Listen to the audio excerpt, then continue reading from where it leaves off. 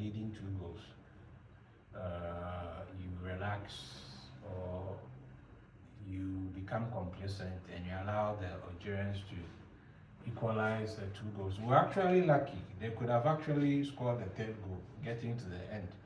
And then we play Senegal. Senegal get a red card, thinking that it was an advantage for us.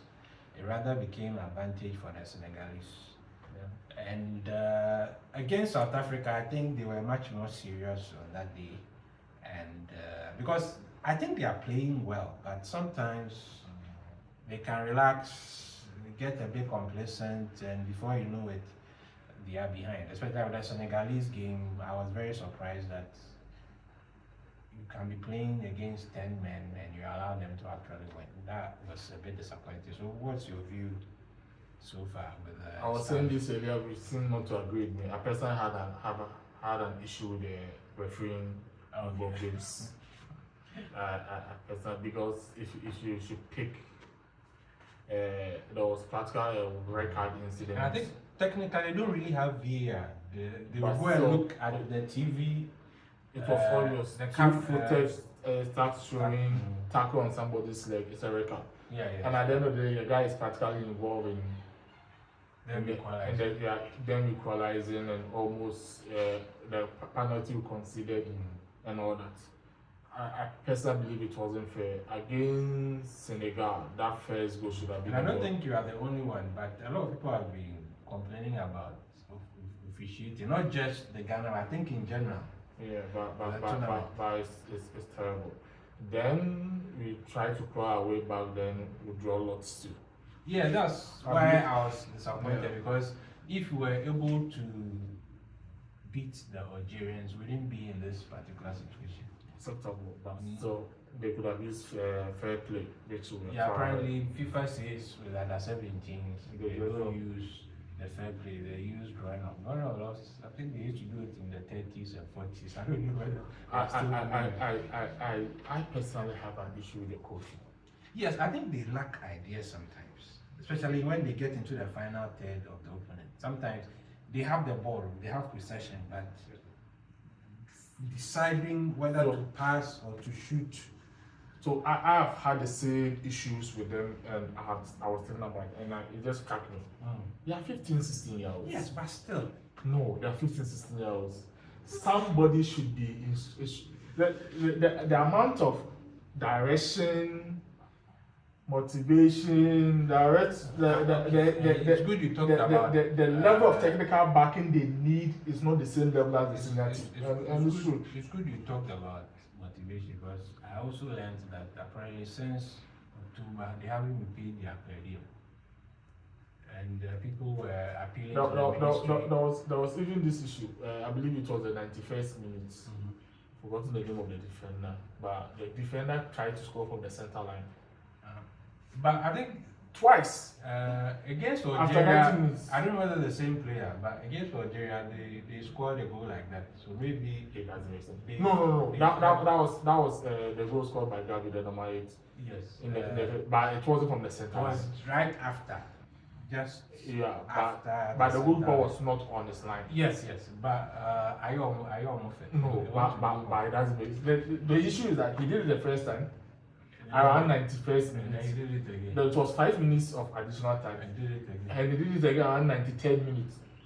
What did the coach tell him after the first one? If the coach says that is not a sensible thing to do, he won't repeat it.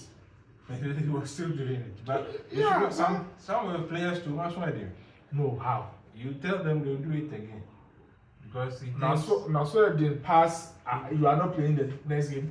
Yes, that's why I was telling you about some of the Ghanaian coaches. No, if you tell a 15-year-old if you do this, I'll bench you. You won't do it. I personally don't say anybody. And if he will still do it, he shouldn't be in the team. And they told him that they've been doing this team for over 3 months. Yes, they told them the scouts are watching. So they should. They want to play in the big teams, and they think that will get that. The first game of the scout. I've forgotten the name of the number 23, but I remember it's Gabi's name. After he scored that goal, this guy would dribble 3 people. That's then pass the ball I don't think he even completed up to 50% of his passes. That's where the complacency comes in. It's not complacency. It's an issue of overconfidence or what? you are not playing the next game. What? No, there are simple ways. At a certain age, it's an issue of reward and punishment. It depends on the coach. There are some coaches you So will say it once, that is, and you won't do it again because you know this coach will bench you. so. But there are some coaches, Okakra himself, who are there on the mission. It depends that is on why who is coaching you. That is why I believe the problem has nothing to do with the players. After all, there are 50 definitely. Even like I was saying, if it you has get everything to the to do penalty with box, coaching. sometimes you realize these guys lack ideas. Because first game, I was actually impressed. They were controlling the game. They passed very well. They were up by 2, and then all of a sudden, the tempo of the game dropped. As if they The game against Senegal, the last 15 minutes, there was a player on the left. I forgot his name. He kept dribbling past their right back and kept passing the ball into the box. I could, before the game ended, I could count at least 6 or 7 of those balls. And it didn't amount to anything. It didn't amount to anything. Most of those balls were not. The first one he did it was not to any particular player. He just passed it into the area. That is where Around the 12-yard box. that is where the coaching comes in. That is not an issue. Let's just say he is the one making a mistake. He does the second time, third time. Nobody has told him find a player. It's not wrong. So why isn't the coach saying, "Oh, I've seen that he can put that ball there"? So somebody should be there. If you are not telling him to stop putting the ball there and look for your player, then tell him some of the they should be there. Sometimes I can hear the conversations on the bench, like you can hear the tree. And the funny thing is that he did this over 7 times. And didn't amount to nothing. The same place. It's frustrating watching them because there were a few cases the signalists were even struggling to clear the ball. Oh yes, at some point they The were under only pressure. issue was that we didn't have any player. Even the goal that the Senegalese scored, it was just one chance into a penalty box. And it was a The mistake. guy was unmarked, and then he pushed it into the net. So we play Uganda tomorrow. What do you think our chances are? We could beat them, but I won't be surprised. We It's a could draw. beat them. It's a draw, then we'll go. So we need a win or what?